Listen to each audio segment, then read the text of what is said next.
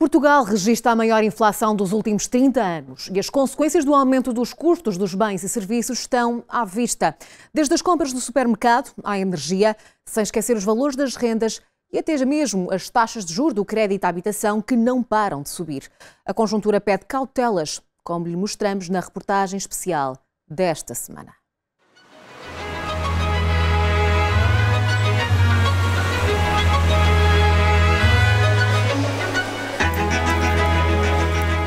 Todos os meses tem que se fazer contas. E um dos focos é analisar como e onde poupar. Vendia as alfaces a 40 cêntimos, agora estou a vender 80. Cada vez pior, preços mais caros, as pessoas cada vez compram menos, não há poder de compra, não há dinheiro.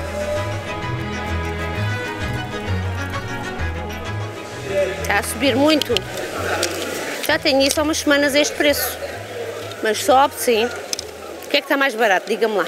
É barato. São as baratas, não é? As coisas não estão nada baratas, Sr. Vicente. É o que mais se ouve. Tudo está mais caro. E em relação às sementes, em relação aos adubos, os adubos se calhar aumentaram 50%. Portanto, por isso é que nós também não podemos pôr os nossos legumes muito baratos. Os espinafres, nem tanto. Vendia a 1,20, agora estou a vender 1,5. Pronto, nem tanto. Mas a alface foi o dobro, por exemplo. O tomate usava a estar a 1 euro e havia outros a 99, agora é tudo 2 euros e tal. E é assim, a alface a mesma coisa. Também vale a pena vir ao mercado do que nas grandes superfícies mesmo. 12,5. Quantos brócolos? 12,5 também? Vamos lá, 12,5. Pela banca da Dona Ondina não faltam clientes à procura de alfaces ou de couves para plantar. Quer desta penca? É penca. Quer quantos pés? Ponha 25. Agora vem uma chuvinha, toca a plantar. A senhora está a ver que estas idades é que andam a comprar. Ai. Uma boa alternativa que a pessoa, se tiver no seu quintal, uma couvinha, um nabo, uma alface, uma nabiça, escusam de estar a comprar tudo. Que é mesmo por isso que elas o fazem. Porque é tudo muito caro, agora nesta altura plantamos isto, na altura da primavera plantamos o tomate, o pimento, os pepinos, tudo o que for da altura certa, da época certa. E tendo em conta que agora os produtos estão mais caros, não é, no geral? Isso, pois, ainda mais têm que plantar para terem alguma coisa para comer, senão não é fácil, porque é tudo muito caro. Numa altura em que os preços dos bens essenciais sobem praticamente todos os dias, quem tem um pedaço de terra ainda consegue dar alguma folga à carteira. Geralmente colho muita coisa. Feijão verde, comecei a comer feijão verde em julho ou junho, ainda estou a comer. É o caso de Manuel Colasso, que nos mostra, com orgulho, o feijão verde que produz na horta comunitária de Alvide, em Cascais. É apenas uma amostra do que consegue cultivar ao longo de todo o ano e no meio da cidade. Mas eu tenho aqui e não compro, lógico. E agora que os preços também já estão a aumentar, faz diferença? Faz muita diferença, isso é que faz muita diferença. Não nota, mas eu noto que eu vejo os preços todos. É na alimentação que os preços têm subido em flecha ao longo deste ano. A carne, por exemplo, está cerca de 18% mais cara desde o início da guerra e a tendência de aumento segue no mesmo sentido. Porque se o preço da alimentação animal sobe, o da carne é inevitável. E na hora de comprar, os consumidores já começam a fazer grandes cortes.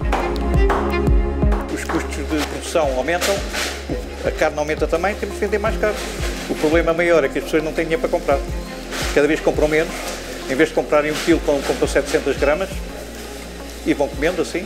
Em vez de comerem bifes de vaca, comem bifes de peru, que é mais barato. Nota-se na clientela, nós tínhamos o taco praticamente cheio os dias de mercado e agora é o que a senhora está a ver. 2, 3 clientes, cada vez menos. Nós, no princípio do ano, vendíamos o bife normal a 9,98. Neste momento está 1 euro mais caro, 10,98. Agora, as peças mais nobres, a vazia e o lombo, esses aumentaram muito mais. A ordem de quanto? À volta de 5 euros, 6 euros, para aí, em cada quilo. E a tendência é qual? É vender menos, as pessoas procuram menos, está mais caro, compram menos. Não há nada a fazer. Na banca do peixe, os mesmos lamentos. Em média, os preços subiram 18% e a consequência está à vista. É dias altos e baixos. Por acaso hoje está um bocado fraco, está vento, as pessoas não saem de casa. E pronto, também temos a fim do mês. Mas não quer dizer que mais daqui a bocadinho comece mais a aquecer a venda. Olha, eu já vendi há mais de 2 anos ou 3 a pescada a 18. Hoje está a 16,5. Para aquilo que dizem dos preços e coisa, não tem. Abastecer a despensa com bens essenciais custa esta semana 210,43 €, de acordo com as contas feitas pela DEC Proteste e que inclui uma lista de 63 produtos. O preço do cabaz alimentar custa mais 27 € do que antes da guerra. Tem 790 gramas. Quer mais um bocadinho ou fica assim? Fica assim? Tá bom. 2,75. 2,75. Aqui está. As pessoas mais velhotas, nota-se. Eles, coitados, têm que fazer contas à vida. Nota-se. E não só as pessoas mais velhas, mesmo as outras. Classe média, acho que sim, nota-se. Portanto, compram, mas em menor quantidade. Em menor quantidade. E há outras coisas que não compram. Por exemplo, né, certas frutas, em vez de estarem a comprar frutas tropicais ou frutas, não compram. Preferem comprar a maçã, a laranja, a pera. Para além da carne e do peixe, no geral, todas as categorias de produtos alimentares registaram subidas. A escalada de preços começou durante a pandemia, mas 2022 fica marcado pela subida vertiginosa da inflação, o que justifica o aumento geral dos custos de bens e serviços. É um novo máximo em 30 anos. A definição da inflação é uma subida generalizada dos preços. Na medida que os salários não acompanharem essa subida generalizada dos preços, aquilo que nós temos é uma diminuição do poder de compra das pessoas e uma pioria do seu nível de vida. Nesse sentido, é mau que haja inflação, não é? As expectativas que existem para os próximos trimestres é precisamente um abrandamento muito forte da economia. Aliás, apesar de, no caso português, por exemplo, termos tido uma taxa de crescimento bastante robusta em termos homólogos, ou seja, o segundo trimestre deste ano comparado com o segundo trimestre de 2021, essa taxa de crescimento foi bastante pronunciada e percebe-se, porque em 2021 ainda tínhamos um conjunto de restrições à atividade económica por causa da questão pandémica, este ano não tivemos, mas em termos de cadeia, ou seja, trimestre a trimestre, comparar o primeiro com o segundo, com o terceiro, etc., a última taxa de crescimento já foi essencialmente zero. Significa que a economia já abrandou de forma acentuada. Imprescindível na mesa de grande parte dos portugueses, o pão é outro produto que está refém das flutuações de preços, principalmente por causa do aumento dos custos das matérias-primas, como a farinha ou o melaço. Entre agosto de 2021 e agosto deste ano, o preço do pão em Portugal aumentou 15%. A panificação tradicional, neste momento, atravessa uma grande dificuldade, não só com o aumento das matérias-primas, que nos fez encarecer o produto final, como também a procura tem decrescido. Durante o ano, até à data, os preços foram-se estabilizando das matérias-primas, mas temos informação que no próximo mês vai haver aumentos de outro tipo de matéria-prima que também nos vai afetar. Mas até ao final do ano não vamos refletir mais o preço no consumidor. Albertino Santos trabalha há 30 anos no setor da panificação. Neste momento é a eletricidade que mais o obriga a reajustes nas contas. Felizmente, para nós, como tínhamos preços já contratualizados há 3 anos, no caso do gás, não tivemos essa situação. Conseguimos fazer essa gestão dos custos. No entanto, a parte da eletricidade, os contratos vão começar a negociar e não sabemos até onde é que vai chegar os preços. Em alta está também o preço das casas em Portugal. E nem mesmo o cenário de incerteza pela frente faz arrefecer os preços no imobiliário. Se de alguma forma o cliente nacional está mais expectante em relação à situação atual económica, em relação à subida das taxas de juros e à subida da inflação, paralelamente também o segmento internacional, a procura internacional tem crescido exponencialmente nos últimos meses.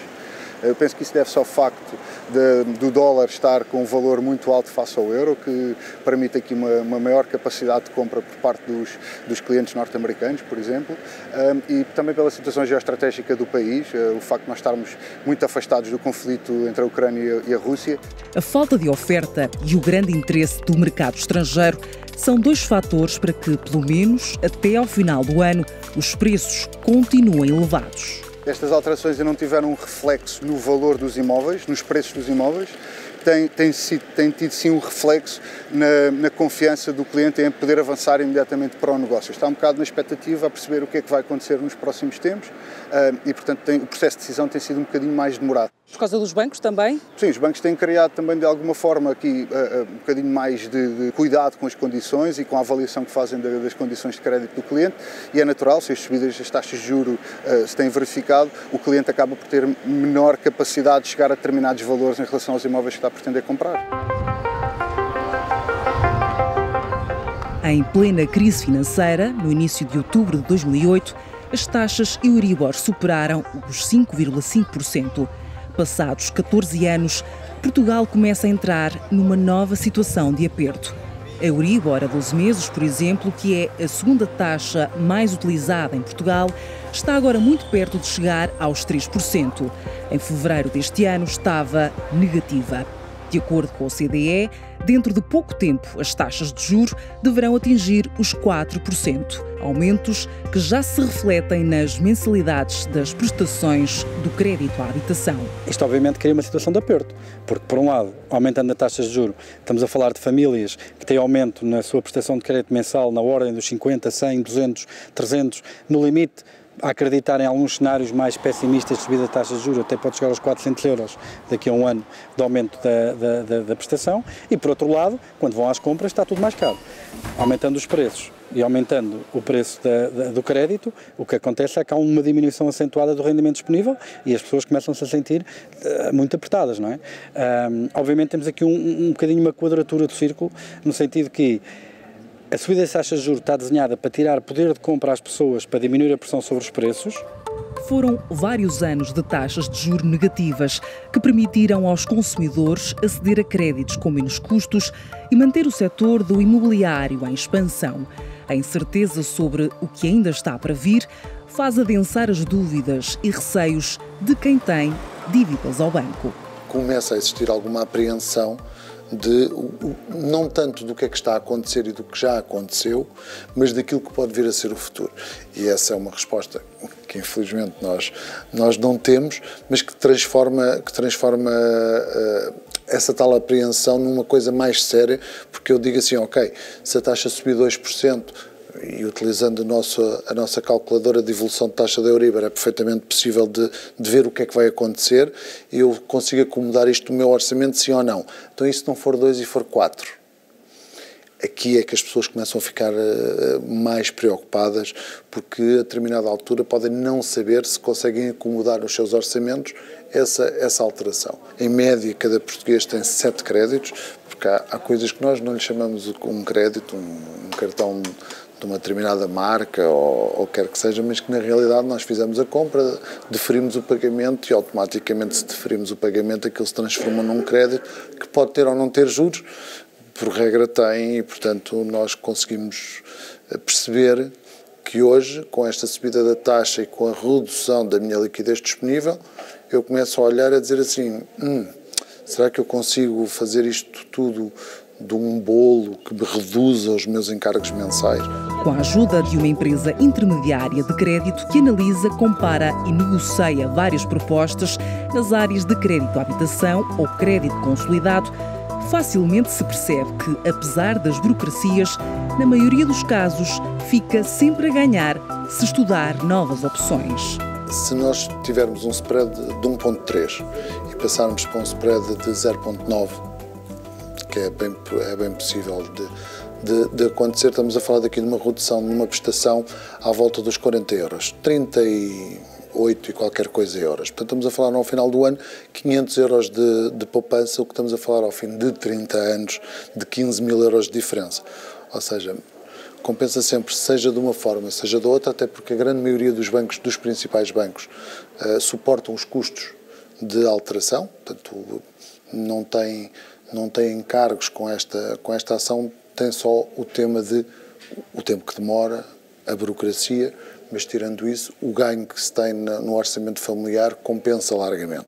O que as pessoas hoje procuram é saber, eu tenho taxa variável, como disse, 90% das pessoas têm taxa variável, fará sentido rever o meu spread, fará sentido transferir para taxa fixa, fará sentido falar com o meu banco e perceber o que é que se pode fazer de diferente numa taxa mista ou não. Na construção civil, a pandemia já tinha feito aumentar o preço de materiais como o alumínio, betão, aço ou madeira. Mas a guerra na Ucrânia veio agravar a escalada de preços. Por exemplo,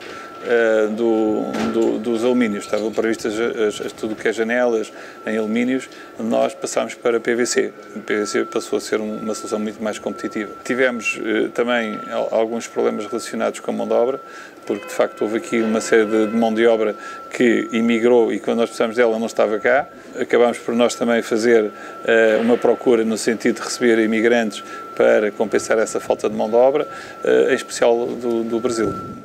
A pensar nos recentes contratempos vividos pelo setor, Carlos Oliveira, engenheiro civil, tem agora em mãos o primeiro prédio de habitação modular na Europa. Um conceito mais barato e rápido do que a construção convencional. Foi um projeto que começámos há 4 anos com o Instituto Superior Técnico. Já nessa altura nós sentíamos que ia haver uma procura muito grande e que iríamos ter muita dificuldade de encontrar quer mão de obra, quer materiais e procurámos de facto com esta solução, que é uma construção para simplificar, uma construção em Lego. Nós conseguimos construir mais rápido, isto vão ser no final 59 apartamentos, que vamos fazer em cerca de 9 meses e com um custo de construção bem abaixo dos 1.000 euros. A visão de vários especialistas é unânime. O pior ainda está mesmo para vir. Prevê-se, com a subida das taxas de juros e com alguma contínua disrupção ainda que é observada das cadeias de abastecimento, por via do conflito da Ucrânia, aumento dos preços da energia, questão da China, que a atividade económica possa abrandar ainda mais e possamos ter um trimestre de crescimento negativo ou até 2, e então, se tivermos 2, será tecnicamente uma recessão. Esta situação que nós estamos a assistir provavelmente irá agravar-se ainda durante 2023, portanto, isso é claro, mas também quero considerar que pode haver uma forte possibilidade de, ainda em 2023, começar a ser aliviada, ou pelo menos estagnar e parar para poder dar aso a que a economia volte a revitalizar. A minha ideia não é muito boa. Os custos vão continuar a aumentar, os custos com o pessoal vão aumentar significativamente. Se haverá poder de compra para fazer face aos produtos, ao preço dos produtos, infelizmente eu não sei, mas tenho as minhas dúvidas.